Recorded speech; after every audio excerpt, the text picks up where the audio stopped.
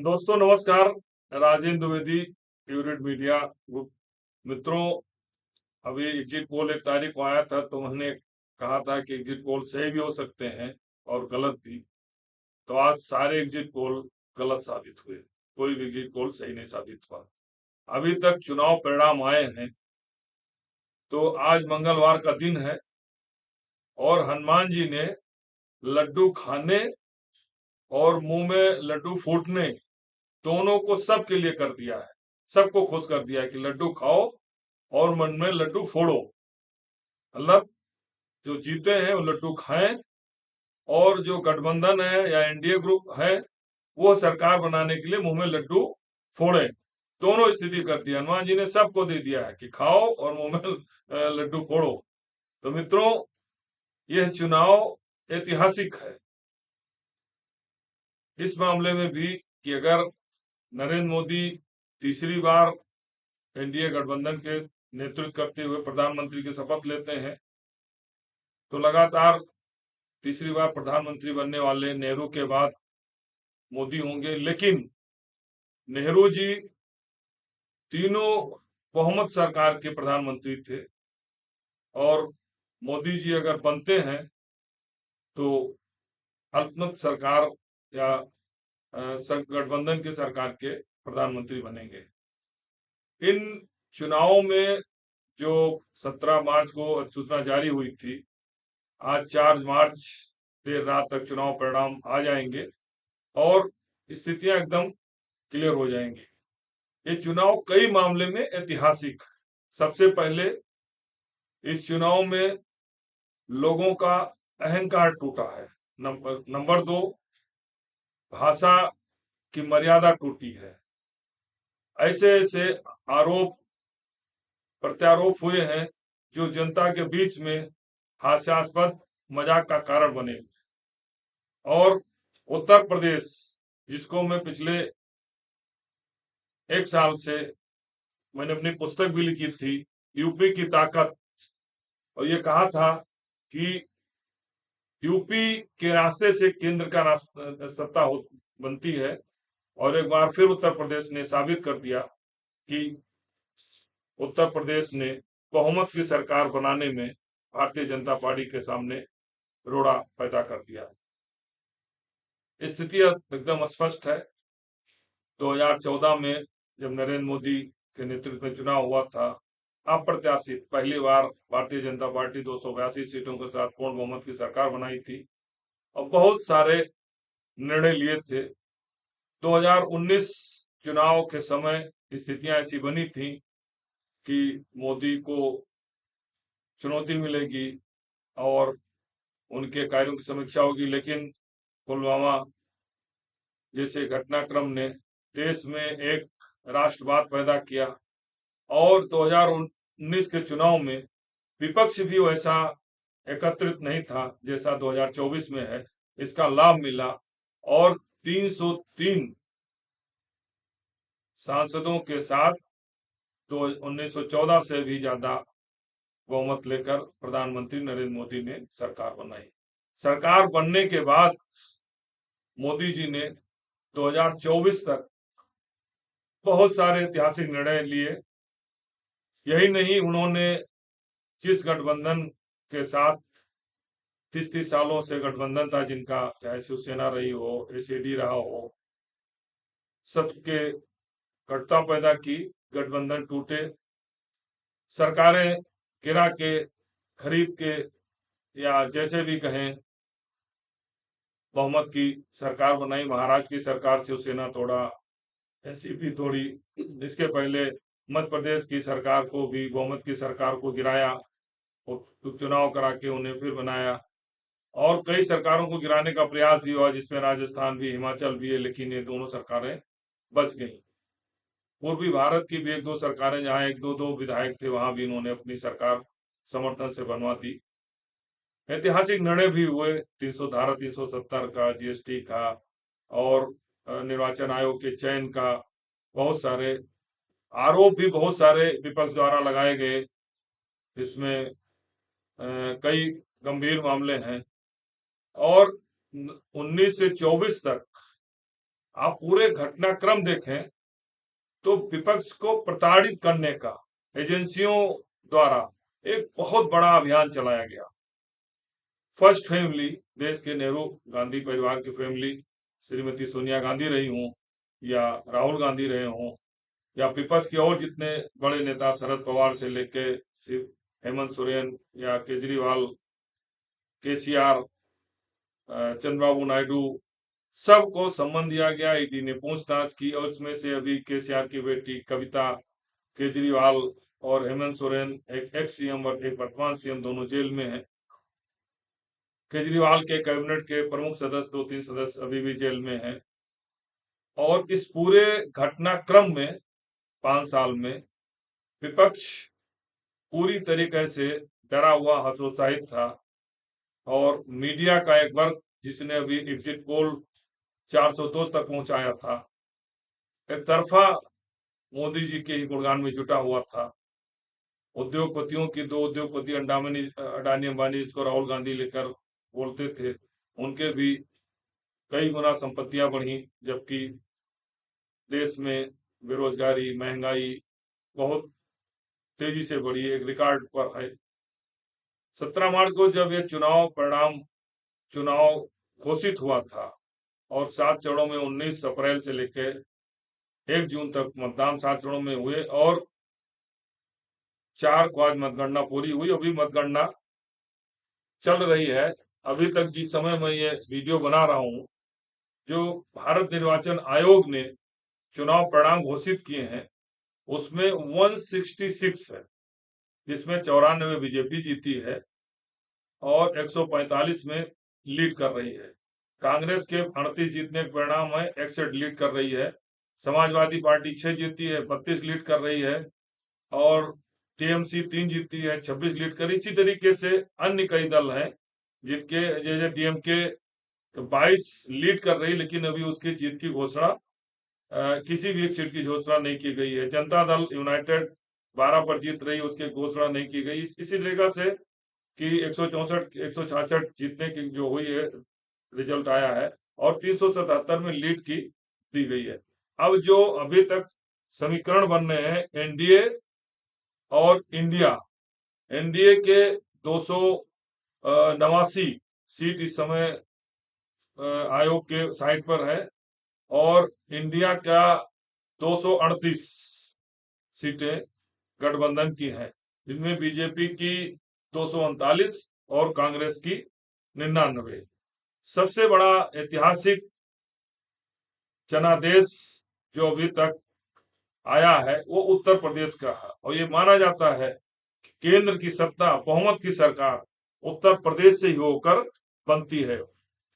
अभी तक जितनी भी सरकारें बहुमत की बनी हैं, वो अंतिम सरकार बहुमत की उत्तर प्रदेश के समर्थन से 1984 में बनी थी, राजीव गांधी की। उसके बाद 1989 से लेकर 1989, 1991, 1996, 98, 99, 2004, 2009, ये सभी सरकारें, चूंकि उत्तर प्रदेश ने किसी को एक तरफा समर्थन नहीं दिया था, इसलिए बहुमत की सरकार नहीं बनी थी।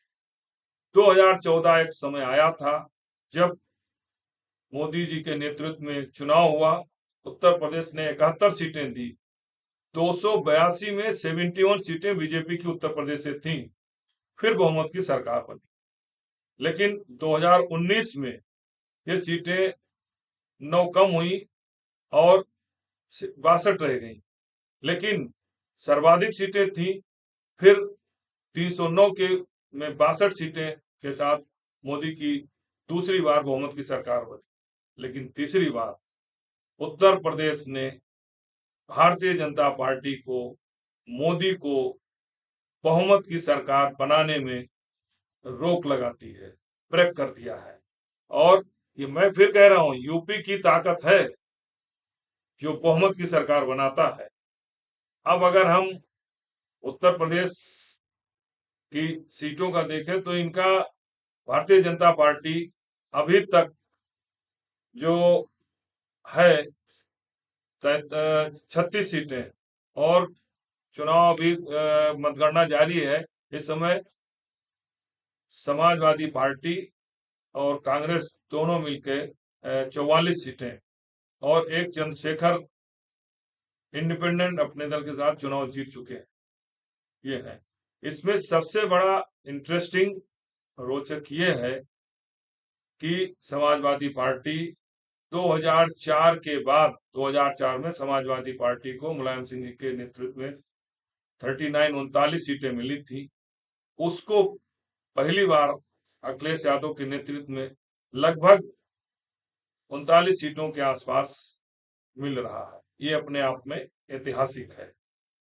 और जहां तक चुनाव जीतने की बात है, प्रधानमंत्री नरेंद्र मोदी जिन्होंने विधान लोकसभा के अंदर अब की बार 400 पार नारे के साथ बड़े एग्रेसिव मूड से चुनाव मैदान में आए थे, गंगा ने बुलाया था और इस तीसरे चुनाव में गंगा ने उनको गोद ले लिया है। यहां तक पहुंचते पहुंचते जो जीत 3 लाख से ऊपर थी वो घट के 2 लाख के नीचे आ गई। लेकिन जीत जीत होती है। वहीं पर जिस राहुल गांधी को रायबरेली में हार की बात की जाती थी और राहुल गांधी लगभग 3 लाख मतों से चुनाव जीते हैं। स्मृति ईरानी जिन्हें बड़ा अहंकार था राहुल गांधी को हराने का, जनता जनार्दन होती है, उनके अहंकार का मान मर्दन राहुल गांधी के चुनाव क्षेत्र रायबरेली और मेठी का कार्यभार देख रहे राजनीतिक कार्यकर्ता के रूप में और उनके परिवार के सदस्य के रूप में किशोरी लाल ने उन्हें उतने ही मतों से पराजित किया है जितने से उन्होंने राहुल गांधी को हराया था। तो ये भी एक जनता का संदेश है कि भाई जनादेश पर अहंकार नहीं होना चाहिए। यह अहंकार 400 पाने वालों का हुआ। राजीव गांधी जी को जब थोड़ा बहुत उनके सलाहकारों ने उन्हें प्रमोट किया तो 89 में सत्ता से बाहर हुए, सीट 195 रह गई। उसी तरीके से अहंकार प्रधानमंत्री नरेंद्र मोदी और उनके सहयोगियों को हुआ, जिसकी स्थिति जनता ने अपना समर्थन देकर ये बता दिया कि जनता सर्वोपरि होती है और किसी को अपनी सीटों का आकलन संख्या बताना, कितनी सीटें पा रहे हैं, ये उचित नहीं कहा जा सकता। जहां तक इंडिया गठबंधन की बात है, इंडिया गठबंधन जिस समय 1 साल पूर्व गठन हुआ था इसका, अगर वो कायदे से चुनाव में एक साथ मिलकर लड़े होते तो हो सकता है रिजल्ट कोई और होता। लेकिन गठबंधन का जो शिल्पकार मुख्यमंत्री बिहार शुरू किए थे, उन्हें अंत में वो सम्मान न मिलने के कारण नीतीश कुमार को फिर बीजेपी में वापस जाना पड़ा। और यही नहीं, कांग्रेस ने 3 सीटों 2 चरणों की बैठक के बाद जब राज्यों में चुनाव हो रहे थे उस समय कांग्रेस ने भी अहंकार भाव का परिचय दिया। उनके एक वरिष्ठ नेता ने कहा था अखिलेश और एक भी सीट देने के लिए मध्य प्रदेश, छत्तीसगढ़, राजस्थान में तैयार नहीं हुए, जिसका परिणाम ये रहा कि तीनों राज्य कांग्रेस के हाथ से निकल गए। फिर कांग्रेस का भी अहंकार जनता ने तोड़ा और जब अहंकार टूटा तो फिर कांग्रेस को लगा कि नहीं, मुझे इंडिया गठबंधन के उस छोटे बड़े सभी सहयोगियों के साथ जाना चाहिए जिन्होंने विपक्ष की भूमिका के लिए तैयार की थी। फिर आए, एक मंच पर आए, लेकिन तब तक बहुत देर हो चुकी थी, क्योंकि जो सहयोगी दल थे वो चाहे ममता रही हो, चाहे हेमंत सोरेन रहे हो, केजरीवाल हो, या दक्षिण भारत के आपका जो है डीएमके के स्टालिन रहे हो, सबको सेंट्रल एजेंसियां लगातार हमले कर रही थी, जेल भेजने की तैयारी चल रही थी। कई बड़े बड़े नेताओं को जेल भी भेजा गया और इस अफरा तफरी में निर्वाचन आयोग के चयन के लिए जो उच्चतम न्यायालय ने निर्णय दिया था उसको भी पलट करके निर्वाचन आयुक्त का इस्तीफा हुआ, तो निर्वाचन आयुक्तों की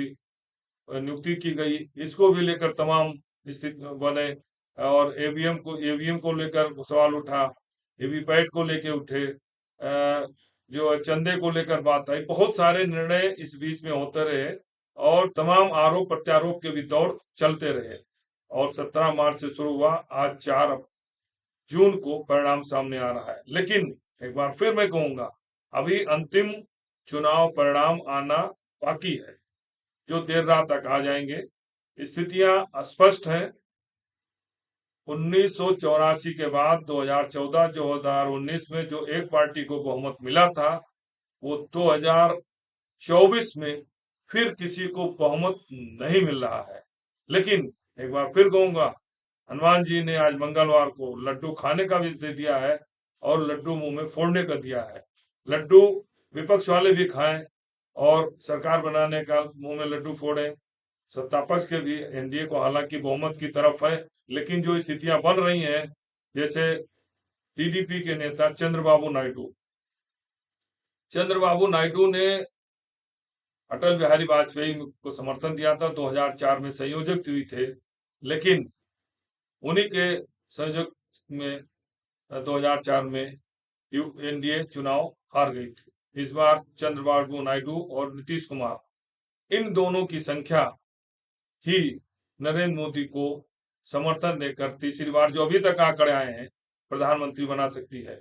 लेकिन एक और इंटरेस्टिंग बात यह है कि चंद्रबाबू नायडू मुस्लिमों के आरक्षण के समर्थक हैं और भारतीय जनता पार्टी इसके विरोधी। हालांकि गठबंधन दोनों से है और गठबंधन के आधार पर चंद्रबाबू नायडू आंध्र प्रदेश में सरकार बना रहे हैं। सबसे अधिक लोकसभा की सीटें अभी जो आ रहे आंकड़े उसमें जीत रहे हैं। लेकिन क्या उन सभी मुद्दों पर दोनों में सहमति बनेगी? हालांकि अभी तक ऐसा कोई संकेत किसी भी तरफ से नहीं आया। दोनों गठबंधन सरकार बनाने के हो सकता है अंदर अंदर अपनी प्रक्रिया जारी रखे हों, लेकिन एक बार फिर ये कहा जाएगा कि इसमें सब एक्सपोज हुए और चुनाव परिणाम ने विपक्ष के उस आरोप को भी निराधार साबित कर दिया जो निर्वाचन आयोग पर लगाते थे।